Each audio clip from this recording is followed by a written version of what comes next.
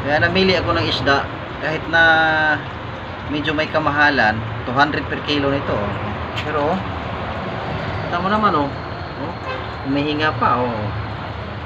Kaya presko talaga. Kasi yung isdang iba, hindi natin alam kung ilang ano na yun. Matagal na yun. Ito talaga oh. Oh, tama oh.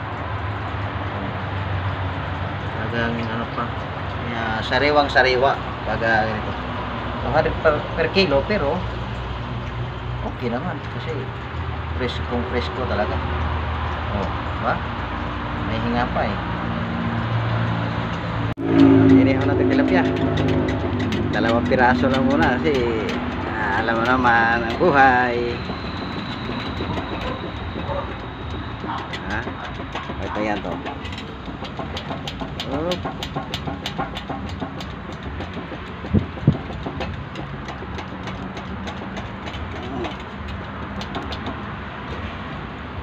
Tilapia. Sabi nga ng iba ang tilapia, walang kamatayang tilapia. So, ibig sabihin marami talaga yung tilapia.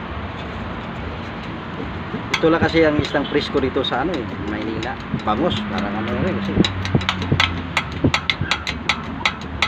Hindi katulad ng tilapia, talagang makita mo.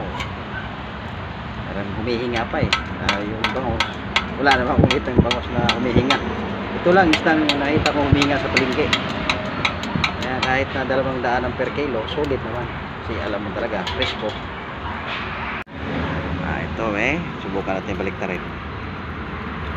Oh.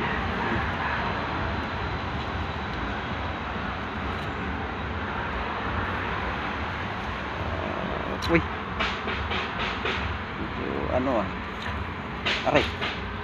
Init pala. Tinanggalan ko kasi ito ng ano, aliskis. Okay na. Diba okay yung ano.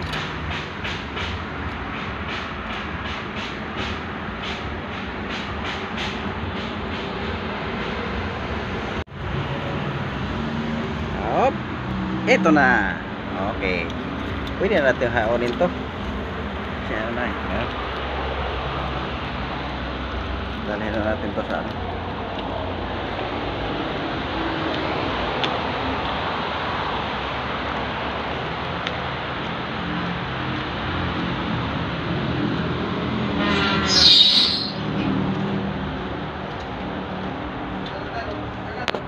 Sabay lagyan na ano, kalamansi. Ayan. Ang bunga yung umas ko ah.